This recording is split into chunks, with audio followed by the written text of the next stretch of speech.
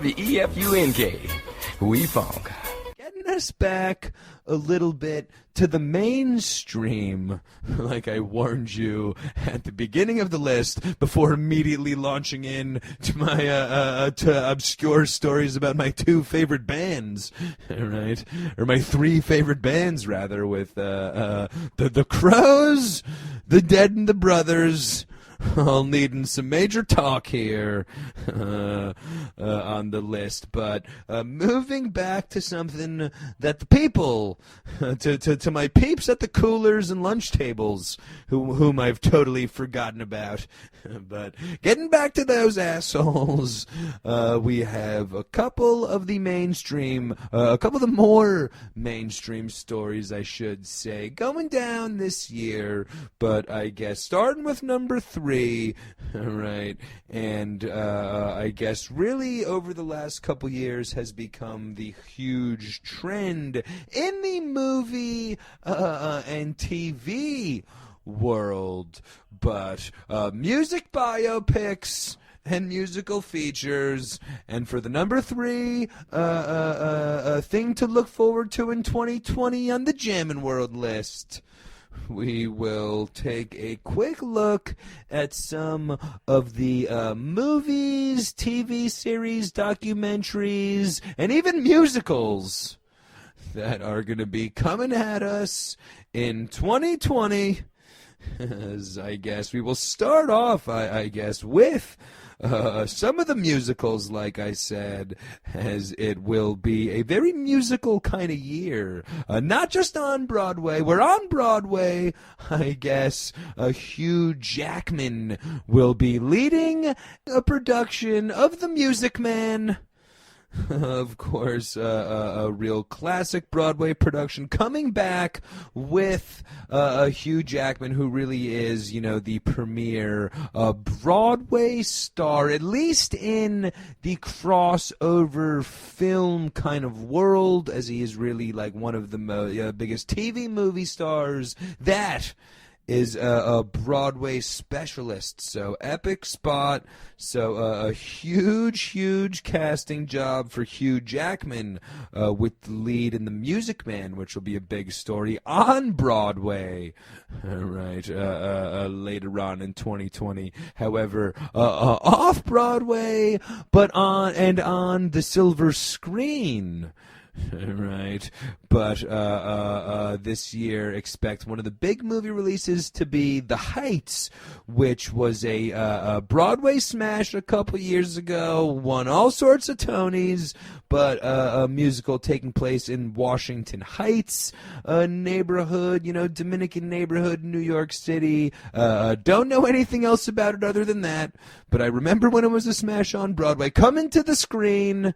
So expect big things from The Heights this year, where it will not be the only big classic musical coming at us in movie theaters across America, as 2020 promises to be a very West Side Story kind of year, with, I guess, a West Side Story production as well slated to go down on Broadway, where perhaps one of the most all-time classic shows coming back to Broadway, but West Side Story as well. However, a major motion picture, high-budget, Steven Spielberg produced West Side Story coming to theaters all across America. All right, so if you've been able to avoid the Jets and the Sharks for your first 36 years, this is probably the year where you end up watching, you end up seeing West Side Story, right? Because it's going to be impossible to miss. At least here in New York, at least on Broadway, and beyond in the theaters of America, all right? So, and then as usually happens, like I said, with the momentum of West Side Story, there's the Heights release as well. Even last year's Rocket Man had a very kind of musical feel, as I talked about, how that would, just break out into straight crazy song and dance musical production in the very weird Elton John bio, part biopic, part fantasy musical production movie, but a chance to see one of the all-time classic musical productions done by Spielberg. So hopefully E.T. shows up. All right. But so that is going to be a huge story from the, not necessarily from the music, but from the musical world. All right. However, other big stories from the music world going down, but a couple of interesting docu-series set to go down on huge pop stars, Taylor Swift, Justin Bieber, and Beyonce, all scheduled to be going down this year, all right? As Beyonce, of course, signed that huge deal with Netflix a couple years ago and then released the Homecoming, concert documentary. Apparently Beyonce's, second Netflix, I think that was like a three film or 3-project deal that she signed. Apparently a second Beyonce, concert documentary or docu-series to be coming out to Netflix, as well as, of course, the Biebs, which will be all over, I think, YouTube or Amazon or whatever. I've already started getting tons of Biebs commercials, so we know that one's going to be coming at you, all right?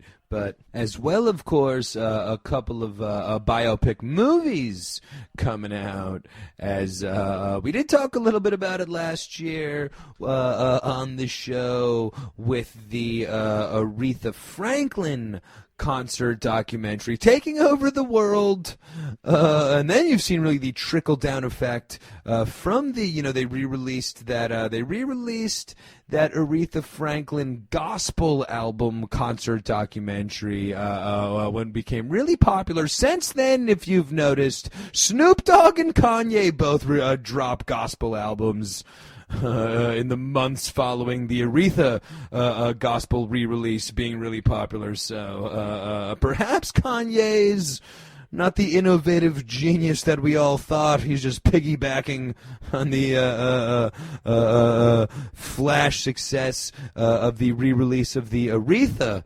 gospel album, right? But after the Aretha concert documentary was so popular last year, a huge Aretha Franklin docu-pic going down, starring Jennifer Hudson, who was apparently handpicked by Aretha to play the role before Aretha's passing a couple of years ago, or last year or whatever. So this has apparently been in the works for a while, and appears to be a pretty all-inclusive tale of Aretha from, a child gospel singer in her father's church to a queen of soul and potentially greatest female recording artist of all time. And I'm looking right at you, Joan Jett. Right, but of course, the icon that became Aretha back in the spotlight with some celebration last year. Going to be a huge story this year with the Jennifer Hudson biopic coming out. All right, as well another couple other interesting biopics coming out, but apparently a pretty big, pretty high budget Elvis docu-pics in the works for potential late release in 2020, as well as a David Bowie docupic Stardust, all right, which has already caught a little bit of controversy with the children of David Bowie, or the David Bowie estate, already kind of speaking out against it, all right, and stating that they would not be, licensing any music. So it's one of those documentaries about the guy with none of his music, which, as we all remember from the Outcast Jimi Hendrix documentary, doesn't exactly work out too well when you can't get any of the music of the from the person the doc is about. So no Bowie music. However, there will be some Mark Maron, who apparently is somehow, hopefully not playing Bowie, but somehow Mark Maron involved in the project. But I guess that kind of revolving around the specific time period in which David Bowie recorded Hunky Dory. Okay, one of the all-time great albums, getting back a little bit back to earth from Ziggy Stardust, and a little bit more human David Bowie album there for Hunky Dory, one of the great, early 70s Bowie albums. I guess that kind of being the focal point for the Stardust weird biopic, like I said, being snubbed by the Bowie estate. So interesting there. And then I guess the last biopic on the list. But after the success of A Star Is Born, all right, Bradley Cooper back at it again. And the only good news is this time he won't be playing a douchey cowboy. As Bradley Cooper apparently behind apparently again, writer, star, producer, director, and everything else. All things Bradley Cooper in this Leonard Bernstein biopic, which sounds pretty weird. Weird choice. Like I said, not the alcoholic cowboy rock star, but weird secluded composer, I guess. Of course, Leonard Bernstein was like the leader of the New York City Philharmonic Orchestra and like classical music composer. So not exactly, I guess, potentially the hard drinking, but not exactly the the glamorized rock star persona to be the focal point of the Bradley Cooper biopic. But I guess as well, kind of more focusing on like Leonard Bernstein's long marriage, right? So weird biopic about the 30-year marriage of a composer anybody's barely ever heard of, anybody's only vaguely ever heard of. So I guess, like I said, only good news is no chance of him of him showing up at a Lucas Nelson show with his Leonard. Maybe he shows up at Electric Beethoven with Reed Mathis and does some Leonard Bernstein Jammin from Bradley Cooper, but we will be spared any summer festival appearances by Bradley Cooper singing that other, he let them old time die, he let them old time die, and the terrible B-side from Star Is Born. But that, I guess, another story that will be going down in the kind of cross-entertainment music scene. All right, however, I guess for the headliner in the field of music stories that are crossing over into other forms of cultural entertainment, but we are heading back to Broadway, where an epic musical based around the music of Bob Dylan finally making it all the way to Broadway after an epic run at the Public Theater here in New York. But Girl from the North Country, which is kind of, a play set in like Great Depression era Minnesota. So not exactly a barrel of laughs. Right, but I guess the real headlining story of Girl from the North Country, all of the music taken from the just legendary song catalog of Bob Dylan. All right, so in total 19 different Dylan tracks on display. A Slow Train, Hurricane, Like a Rolling Stone, I Want You, and of course the title track, Girl from North Country, all featured on the soundtrack of a play. Like I said, it was recently spent time at the New York Public Theater to rave reviews. However, I was waiting for it to make it to the big leagues before I got myself a tick, and now coming to the Belasco. So Bob Dylan being featured on Broadway, so super cool chance to experience the Bob Dylan musical catalog with hopefully some high production singing and dancing going on, with guys in canes doing all sorts of pirouettes. But I got a feeling it's going to be a lot more humble, grassroots acoustic approach than the kinky boots style of Dylan musical.